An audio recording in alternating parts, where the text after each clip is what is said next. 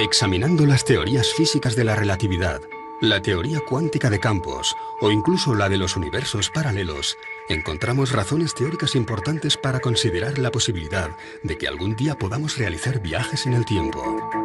La gran paradoja se encuentra en que si efectivamente desarrollaremos tal tecnología en el futuro, en nuestro presente ya habríamos sido visitados por nosotros mismos una vez puesta en marcha esa supuesta máquina.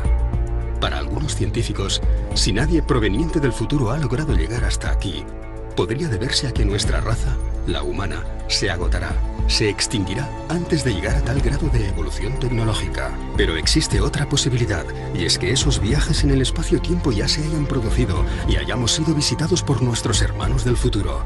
De ser así, ¿cuándo vinieron? ¿Existe una relación entre esos posibles viajes en el tiempo y lo que hoy llamamos extraterrestres?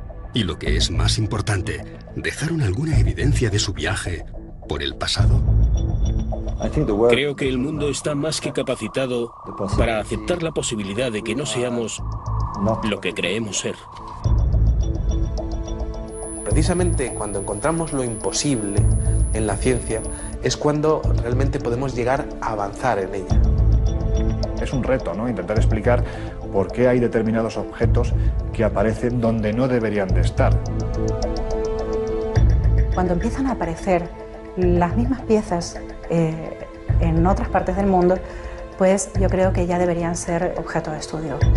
Todas esas cosas nos hacen pensar que tendríamos que revisar nuestra historia, que tal vez no fuimos los primeros con un desarrollo técnico en la Tierra, o que nuestras cronologías están absolutamente desfasadas. Es importante que la revisemos. La historia se va reescribiendo por sí sola con el paso del tiempo. No podemos cubrir una verdad como esa. UPART. Jeroglíficos del siglo IV a.C. donde se muestra el uso de la electricidad. Mapas que demuestran que el continente americano habría sido descubierto mucho antes de la llegada de los barcos españoles y portugueses. Cuevas que fueron habitadas hace 150.000 años, pero que poseen una compleja red de tuberías. O antiguos alfabetos que situarían el nacimiento de la escritura en la península ibérica. Son algunos de los llamados UPART, objetos fuera del tiempo y el espacio. Objetos que no pertenecen al lugar ni al momento en el que fueron encontrados. Son objetos tecnológicamente hablando que han sido encontrados en lugares pertenecientes a un periodo de la historia donde no deberían de estar, porque no había la tecnología en aquel tiempo como para desarrollar estos objetos. Lo curioso es cuando esos objetos no se resumen a uno, ni a dos, ni a tres, sino que estamos hablando de bastantes que son siendo encontrados. Se alejan un poco de lo que son los límites de los paradigmas históricos aceptados por nosotros, por los ámbitos académicos. Son objetos que aparecen en contextos espaciales o temporales extraños, alejados de los paradigmas históricos conocidos, o que demuestran algún tipo de tecnología más avanzada de lo normal para su tiempo y su espacio. Y constituyen un reto para la ciencia que los discrimina, porque no tiene cómo catalogarlos, pero también para los propios especialistas, porque nos lleva a preguntarnos muchas veces si en un pasado remoto hubo una tecnología más avanzada que la actual, y si eso fue así, ¿quién la puso encima de la Tierra? Por lo tanto, no se entronca directamente con las tesis de los antiguos astronautas, con las tesis extraterrestres. Cuando tú vas a lugares como Tiahuanaco y te plantas delante del monolito Bennett o del monolito Ponce, 7 metros de altura, es algo extraordinario, ¿no? Porque la sensación que te da al contemplar estas figuras es que no estás viendo a alguien del pasado. La sensación que te da es que estás viendo a alguien del futuro. Y eso se representó hace más de 4.000 años.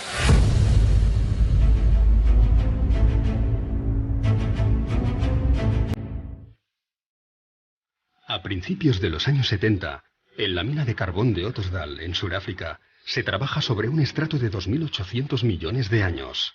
Los mineros, todos ellos locales, han encontrado unas extrañas bolitas metálicas. La roca de la que proceden corresponde a una era en la que supuestamente no existía ningún tipo de vida inteligente.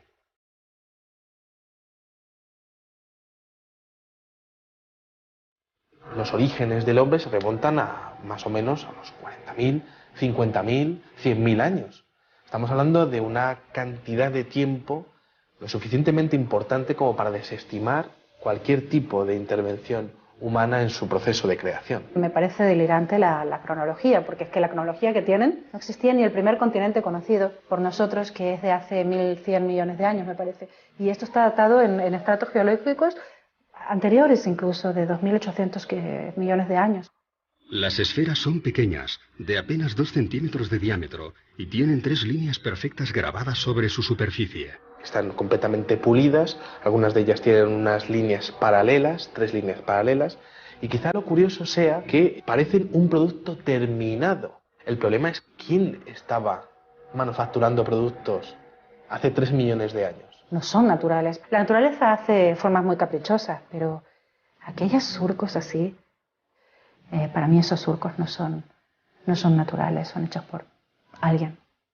Michael Cremo y Richard Thompson, tras someterlas a estudio, llegaron a la conclusión de que no podían ser de origen natural. Su exterior está formado por una aleación de acero y níquel imposible de encontrar en la naturaleza. Son líneas extremadamente perfectas y su interior parece estar hueco. En el momento en que hicieron un análisis por rayos X, empezaron a encontrar con que el núcleo de las esferas tenía peso negativo o densidad negativa. Así que eso es antimateria. Algunas de las esferas diseccionadas albergaban en su núcleo un material esponjoso desconocido que al entrar en contacto con el oxígeno se desvanecía rápidamente. Pero además tienen una marquita en su ecuador y tienen un agujero. ¿Será que fueron las semillas de vida aquí en el planeta Tierra? ¿Podrían ser las transportadoras de las semillas de vida para nuestro planeta? Se encontraron algunas moléculas orgánicas en su interior. Por tanto, podría ser una explicación de la teoría de la panspermia.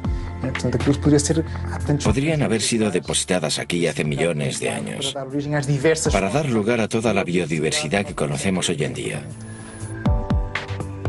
El Instituto Espacial de California, tras varios análisis, declaró: el equilibrio es tan perfecto que excede nuestras actuales tecnologías de medición.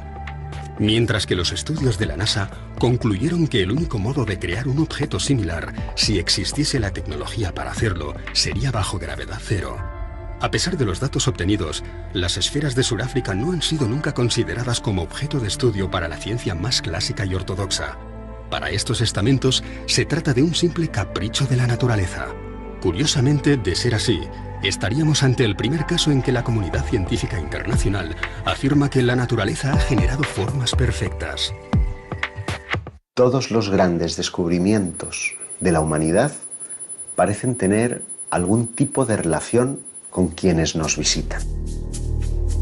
Sin ir más lejos, parecen intervenir en el descubrimiento de la Hispaniola, en el descubrimiento de América, porque cuando Colón, la noche antes de ese 12 de octubre de 1492, está surcando las aguas, refleja en su libro de bitácora que unas extrañas luces están por encima de las velas de su embarcación.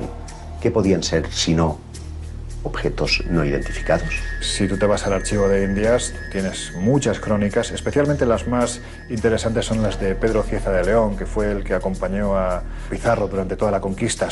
Y ahí tienes historias rayanas con lo ufológico, o por lo menos que a día de hoy, en nuestro siglo XXI, seguramente más de uno interpretaría con la aparición de un objeto luminoso en los cielos, ¿no? Por ejemplo, cuando Pedro Cieza de León es el primero que describe en el desierto de Nazca hay unas extrañas líneas que los nativos van allí para venerar, para adorar. Pero lo que es curioso es cuando Pedro Cieza de León se sube a una de las lomas donde mejor se ve alguna de las figuras y asegura que los nativos y él empiezan a observar una serie de soles que se mueven en los cielos. Es decir, hay algo en el cielo que no es un solo sol, sino que hay más que se están moviendo y que parecen estar jugando alrededor de ese enigma tan maravilloso y tan descomunal como son las líneas de Nazca. Y esto está escrito en las crónicas de Indias, ¿no? Por lo tanto, parto de la idea de que en aquel momento, más que alucinaciones, pues algo deberían de estar viendo. Y ese algo, como decía Cieza de León, eran soles que se movían en el cielo.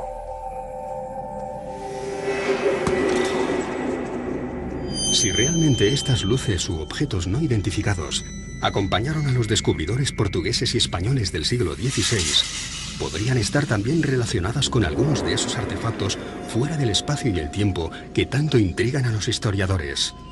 Es el caso del mapa de Piri Reis.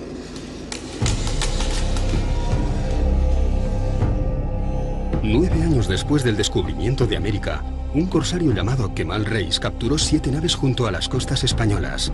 Alguno de los hombres que acompañó a Cristóbal Colón se encontraba entre los prisioneros que fueron interrogados por el pirata.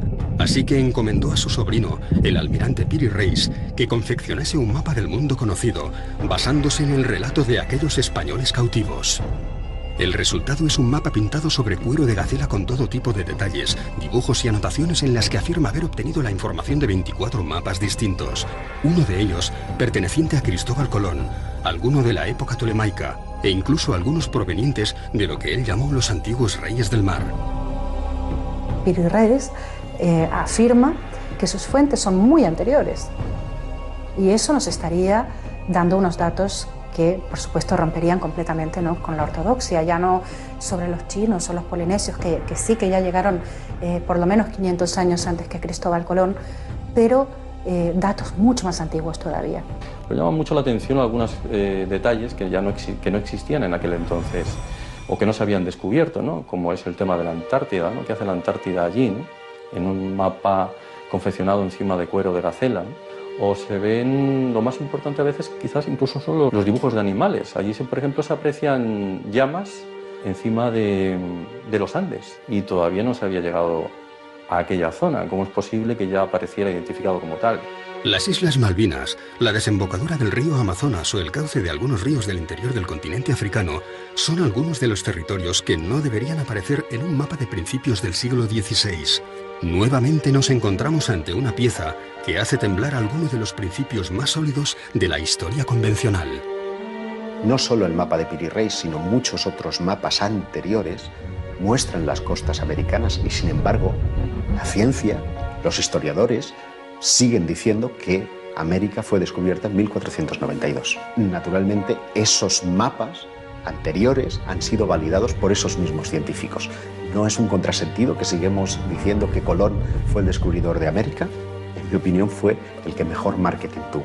América no es un continente que se haya descubierto en el año 1492. Es un continente que se reencontró en 1492. Pero es que si te remontas en el tiempo, tienes vestigios mucho más antiguos, vestigios de hace 10, 12.000 años, ¿no? Es decir, es que hay arte rupestre donde están representados una serie de elementos que aparentemente o te los han traído de fuera, o si no es imposible que el que pintó estos elementos tuviera un conocimiento previo de lo que se estaba haciendo en otros continentes, ¿no? Entonces a mí me gusta hablar, por ejemplo, de Eratóstenes, que en el año 300 antes de nuestra era, gracias a conocimientos que en aquel entonces ya existían en la desaparecida Biblioteca de Alejandría, pues pudo conocer que la Tierra era completamente redonda. Y sin embargo aquello, como se sabe, lo perdimos con el paso del tiempo. Fue primero Agustín de Hipona el que empezó a decir que la Tierra no podía ser redonda, porque si así fuera la gente que estuviera abajo se caería. Fueron muchos los tesoros arqueológicos que, una vez descubierto o redescubierto el Nuevo Mundo, pasaron desapercibidos para aquellos navegantes portugueses y españoles del siglo XVI. Algunos, como las llamadas piedras de Ica, mantuvieron ocultos sus secretos hasta nuestros días, como si estos Supart tuviesen la extraña manía de dinamitar todas las cronologías de la historia del ser humano, como si estuvieran allí con la clara intención de hacernos dudar.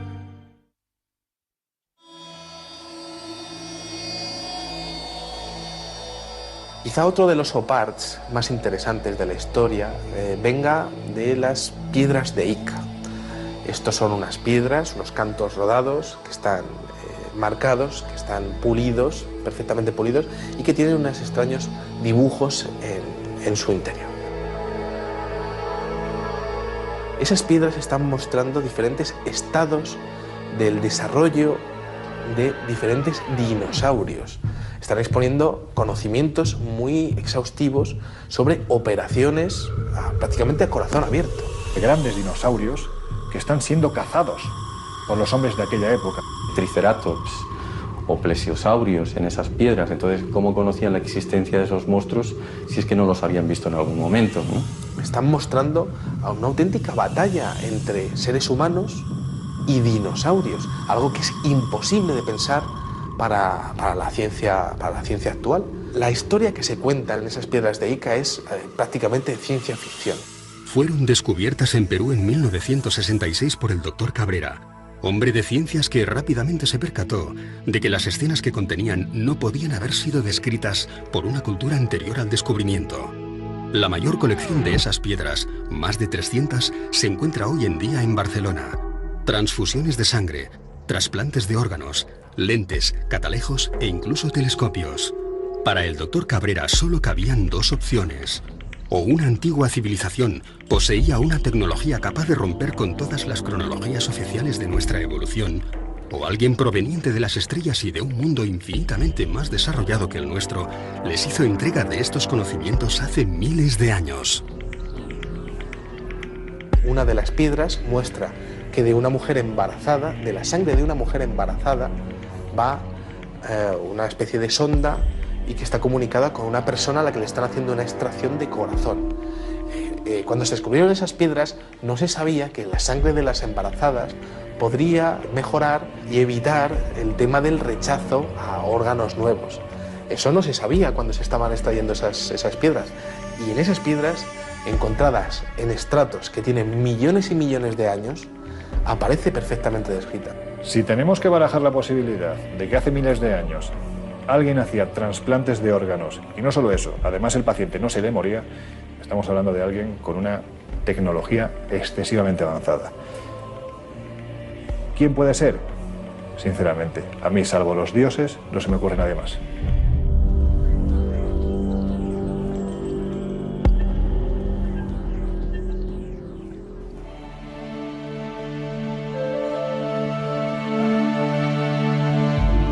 A principios del siglo XX se descubre el mecanismo de Antikythera, uno de los pocos UPAs reconocidos y validados por la comunidad científica internacional.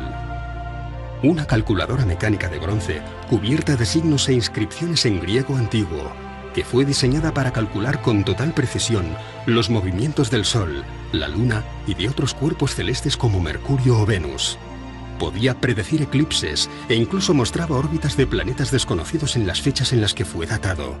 El artefacto fue rescatado de las profundidades del mar, de los restos de una embarcación griega del año 150 a.C.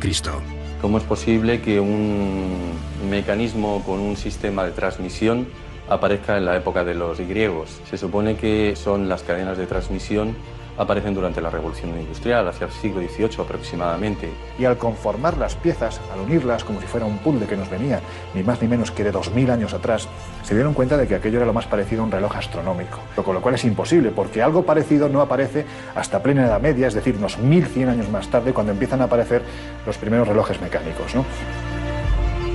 La pieza esa en particular presenta elementos del siglo XVI. Cuando se ha puesto en marcha, con máquinas hechas a imagen y semejanza del mecanismo de Antikythera, pues se ha visto que con ese mecanismo se pueden seguir los movimientos de planetas desconocidos hasta el siglo XVI. Entonces, por eso es un OPAR, porque aparece en un contexto del siglo II a.C. una máquina en la que se puede observar los movimientos de planetas desconocidos entonces. Lo que denotaba este hallazgo es que había servido, pues por ejemplo, para calcular los eclipses, los movimientos de los planetas, los movimientos del Sol, de la Luna, fenómenos astronómicos como solsticios, como equinoccios, en un tiempo en el que en teoría ese objeto no tenía que existir. ¿Qué hace una máquina propia de la revolución industrial en un barco anterior a nuestra era? Todo parece indicar que nuestros antepasados poseían un grado de conocimientos mucho más elevados de lo que podamos imaginar. Y siendo así, ¿quién puso en sus manos conocimientos del futuro? Para algunos, una inteligencia no terrestre pudo haberlos instruido. Para otros, deberíamos contemplar la posibilidad real de que pronto realizaremos viajes en el tiempo. Y para la mayoría, nos encontramos ante muchos interrogantes que simplemente no tienen explicación. 2 minutes, 10 seconds and counting. Oxidizer tanks from the second and third stages now have pressurized. T-minus 1 minute, 35 seconds. The third stage completely pressurized. Cuando aterrizamos sobre la Luna, yo estaba aquí en España en el 69. Creo que todos nosotros pensábamos, ¿y si encuentran algo en la Luna? No tiene por qué ser un platillo volador. Todo lo que necesitaban encontrar era un arañazo que fuera artificial. Solo una marca que fuese artificial. No debería estar ahí. Eso cambiaría por completo lo que sabemos sobre nosotros y sobre el universo. La idea de que podamos encontrar uno de estos arañazos, no solo sobre una piedra terrestre, sino sobre alguno de los cuerpos celestes a los que poco a poco vamos acercándonos, es lo suficientemente inquietante como para que incluso la Asamblea General de las Naciones Unidas haya llegado a contemplarla. En 1992, el profesor Richard Hoagland expuso para la Asamblea todos los datos conocidos hasta el momento acerca de los restos arqueológicos con los que ya se habían topado algunas de nuestras sondas espaciales. Hoagland fue compañero de la universidad del famoso astrofísico Carl Sagan. Trabajó como consultor para la NASA y para la cadena de televisión CBS, acompañando todas las grandes misiones espaciales, como la Mariner, la Voyager o la Pioneer.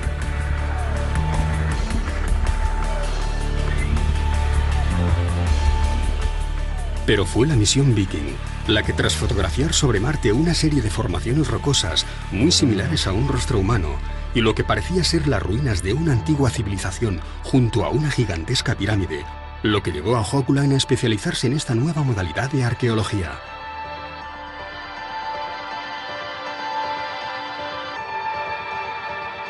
Y en un seguimiento de aquello que encontró en Marte acerca de una posible civilización avanzada varios millones de años atrás que podrían tener relación con nosotros. Ellos mismos podrían ser humanos. Que esa civilización haya dejado marcas en otros puntos del sistema solar. Le pareció interesante el hecho de que la NASA y la ESA mostraran gran interés en el estudio de un determinado asteroide alrededor de Marte. El asteroide Heinz, que tiene una forma similar a la de un diamante y que, por todas sus características y el hecho de parecer hueco y que, según las pruebas de resonancia, podría tener unos corredores por el medio, en fin, según la fisonomía de aquel objeto, podría ser artificial.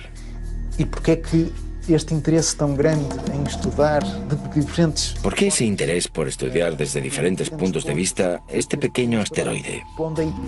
Siguiendo la hipótesis de que podría ser artificial, podría haber sido una estación espacial que estuviera allí como una ruina ambulante, aún en los tiempos de hoy, muy destruida pero aún a la deriva, a la espera de que alguien la encuentre. Si queremos, ya la encontró la NASA.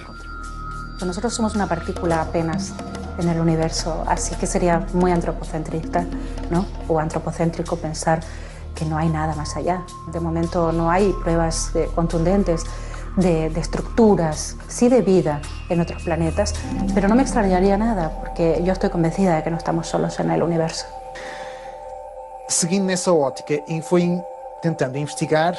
Siguiendo con esta óptica, fue investigando en otras partes del sistema solar. ¿Qué más podría parecer artificial? Y se dio de bruces con Iapetus. Iapetus es una luna de Saturno. Tiene una columna en su ecuador que sugiere que dos partes se ensamblaron. Visto en perspectiva, se distingue que la luna no es totalmente redonda. Tiene aristas. ¿Cómo es que un satélite natural tiene aristas? Por otro lado, tiene una serie de pequeñas semejanzas con una estructura que estuviera cediendo. Buscó ejemplos de otras estructuras hexagonales para dar a entender que aquello efectivamente podría ser artificial, haber sido construido desde dentro con diferentes hexágonos, formando una estructura que habría ido cediendo a lo largo de millares y millares y millares de años. Es gracioso también su parecido con la llamada Estrella de la Muerte de George Lucas, de la película La Guerra de las Galaxias. Y él cuestiona, ¿qué sabía George Lucas que nosotros no sabemos? Levanta varias hipótesis. Aquello podría ser una base científica, podría ser un hotel. Él lo llama Luna con vistas. Un lugar único en el sistema solar, con vistas al gran planeta Saturno. Algo espectacular.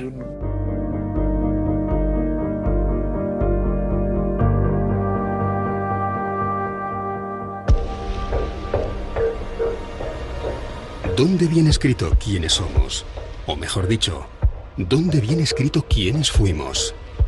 Puede que aún no hayamos encontrado la pieza arqueológica definitiva, pero da la sensación de que, cuanto más excavamos y removemos nuestro pasado, más preguntas desenterramos. Está admitido que el nacimiento de la escritura está en torno al 3500 a.C. en la región de Mesopotamia.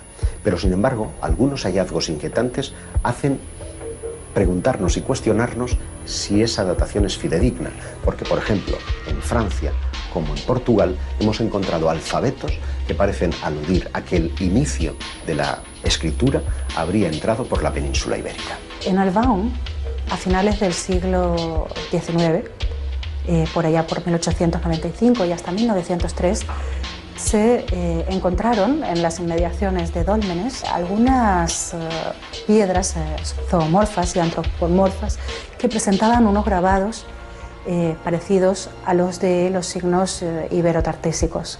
Con figuras antropomórficas, zoomórficas, montando animales. Pero también, y es lo más importante, un conjunto de inscripciones muy próximas a un alfabeto. Por el contexto en el que fueron encontrados, porque esto sí que fue encontrado en un contexto arqueológico, y parecían tener casi 6.000 años, o sea, las dataron en el 4000 a.C. Esto, pues claro que rompería con el típico paradigma de que la escritura nació en Mesopotamia. Podría haber nacido en la península ibérica. Unos años más tarde, en los años 20, creo que fue en 1924, se encontraron los famosos signos de Glosel cerca de Vichy, en Francia, que también se parecían, curiosamente, a estos signos iberotartésicos y a los signos de Albaon. Y increíblemente, Glosel dio fechas de hasta 17.000 años. A mí me parece curioso constatar cómo Albaon, al extremo de una línea imaginaria, hasta Glosel, que está situado en Francia, pero en los Pirineos, es el punto de partida y de final de una línea que tiene dos relaciones claras. Una con los megalíticos. En toda esa línea vamos a encontrar dólmenes y menires como si fueran mojones que van marcando una ruta específica. Una ruta, y es curioso, que tiene que ver con los objetos volantes no identificados. Un investigador galo, Aimé Michel, constató cómo todos los avistamientos que se producían en un solo día, en la década de los 60, parecían estar describiendo líneas rectas sobre los mapas. La más importante de todas ellas tenía su inicio en Vichy, en Francia, donde se descubrió el alfabeto de Glosel, y terminaba en Portugal, en Albaon.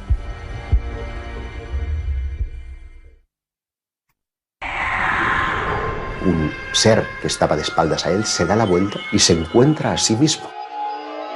¿Por qué hay determinados objetos que aparecen donde no deberían de estar? Estamos siendo tutelados por una especie de inteligencia. Secuestran generalmente mujeres jóvenes, tienen un interés fundamental en la genética, en la reproducción. Extraterrestres, los domingos, solo en Historia.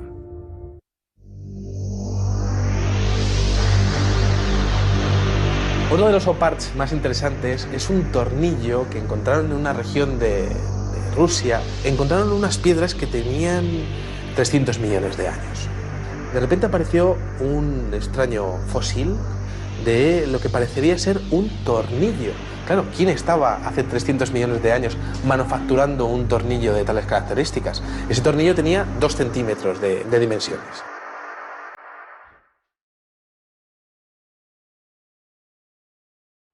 Tres siglos antes del nacimiento de Cristo, el pensador griego Arquitas de Tarento inventa el tornillo. Y por insignificante que pueda parecernos hoy en día, gracias a él nos convertimos en una especie tecnológicamente inigualable. Todo lo que inventamos necesita algún tornillo para mantenerse en pie. Aquella pieza encontrada en Rusia podría haber sido construida hace 300 millones de años. El ser humano no poblaría la Tierra hasta 250 millones de años más tarde. Es simplemente imposible. Ninguno de estos objetos debería estar donde fue encontrado. Viajes en el tiempo, civilizaciones perdidas hace millones de años o restos de algún tipo de visita proveniente de otro planeta muy similar al nuestro. ¿Nos encontramos ante un nuevo eslabón perdido o simplemente ante el tornillo que nos falta?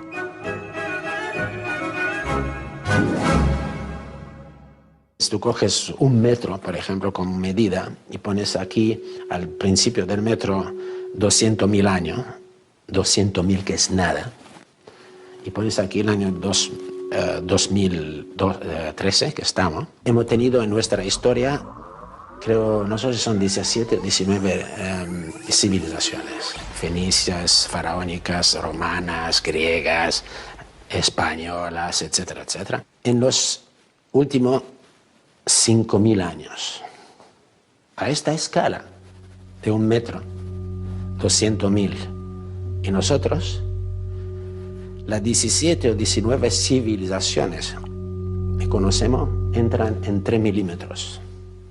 3 milímetros entran 17 o 19 civilizaciones.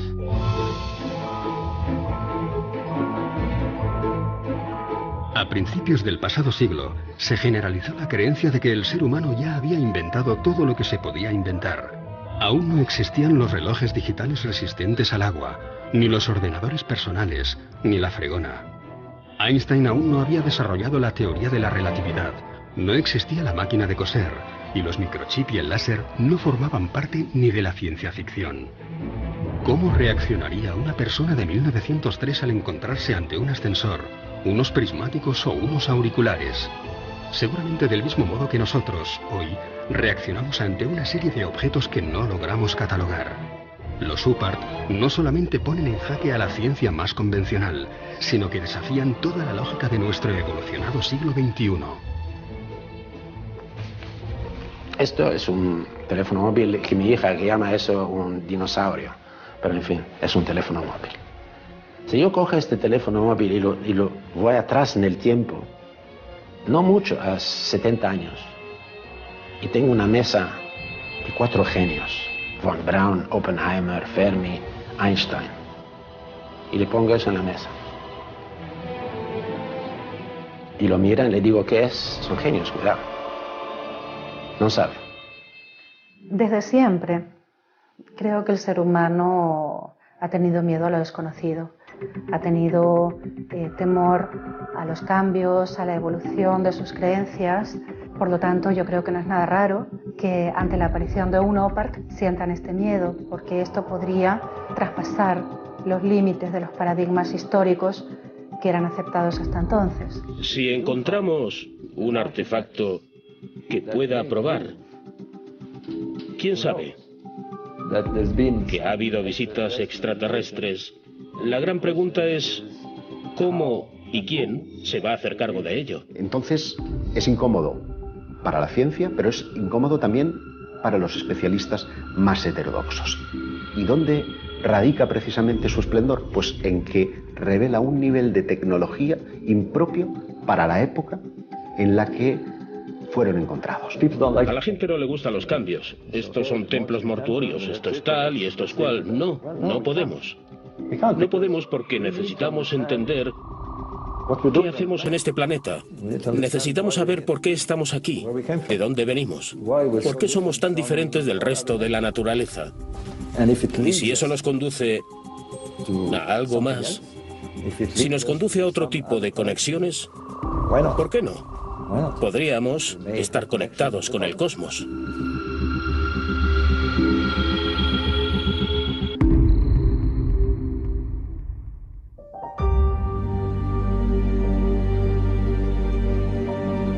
En 1995, un equipo ruso hace un sorprendente hallazgo. Una enorme losa de piedra que parece mostrar un mapa tridimensional de los montes Urales.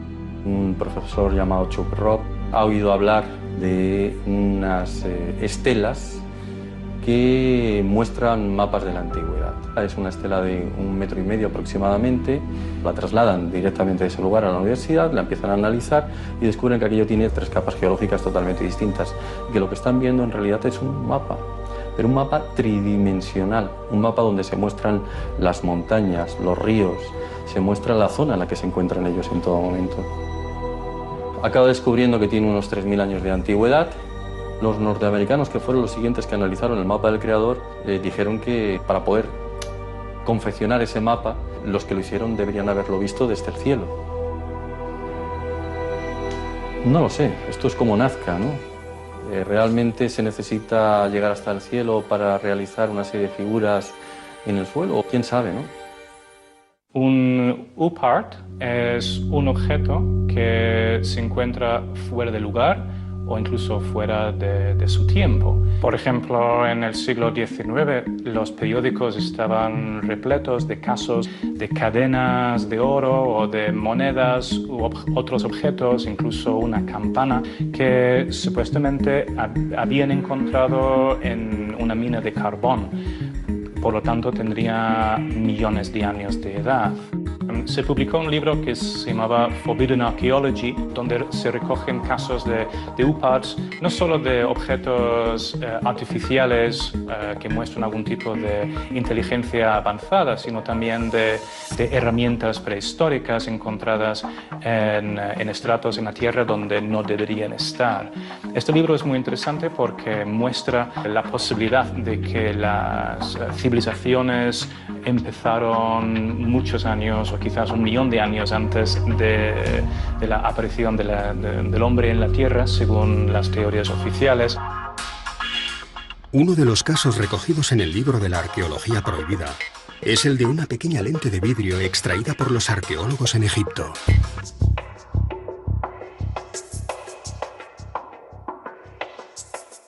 Se han hecho estudios microscópicos de esta lente y presentaba en sus extremos restos de metal, como si la pieza hubiera estado engarzada en algún tipo de montura metálica para algún tipo de instrumento de observación de los cuerpos celestes, por ejemplo. Bueno, es bien sabido que ya los antiguos pues, estaban muy interesados en la observación astronómica.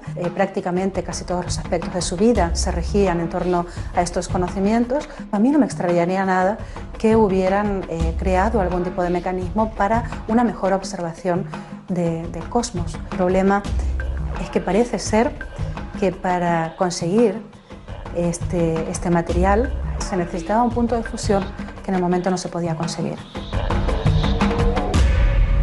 El punto de fusión necesario para crear una de estas lentes solo podría obtenerse con la ayuda de la electricidad.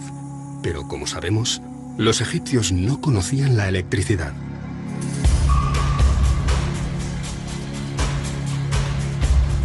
En 1931, Wilhelm König encuentra en unas excavaciones unas extrañas vasijas con unos hierros en su interior. Lo primero que observas es que es una vasija que contiene hierro y cobre. En el año 2000 se empezaron a hacer pruebas y se dieron cuenta de que se trataba de una pila antigua. Esa vasija contiene los elementos indispensables para generar electricidad de poco voltaje. Nos da un voltaje ínfimo, un voltaje muy pequeño. Lo que pasa es que ese tipo de pilas, si las unes en serie, el voltaje ya evidentemente se acentúa, es decir, vamos sumando. Para muchos es considerado la primera pila eléctrica de la historia. Se supone que fue Volta, en el año 1800, el primero que nos mostró una pila moderna, ¿no? Que muestran que los conocimientos de la electricidad ya existían en aquel entonces, ¿no? O joyas como las joyas de Tutankamón y otros faraones, donde se observa galvanización, la mezcla del oro con la plata, y que eso es imposible, salvo que se conozca la electricidad. Llegando a una gran conclusión para todo esto, supongamos que sabemos que hemos sido visitados por extraterrestres. Vale. ¿Se va a caer el cielo sobre nuestras cabezas? No. Intentaremos seguir investigando quiénes fueron. Para mí es algo maravilloso. No estamos solos.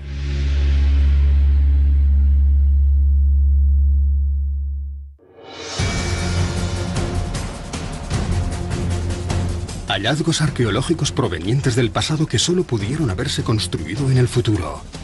Mapas, escritos, extraños artefactos que nos hablan de piezas imposibles de encajar en los libros de historia. Nos encontramos ante las posibles evidencias de que nuestra tecnología será capaz de viajar en el tiempo. ¿Alguien, antes que nosotros, pudo haber poblado este mismo planeta? ¿O simplemente pasaron por aquí de visita.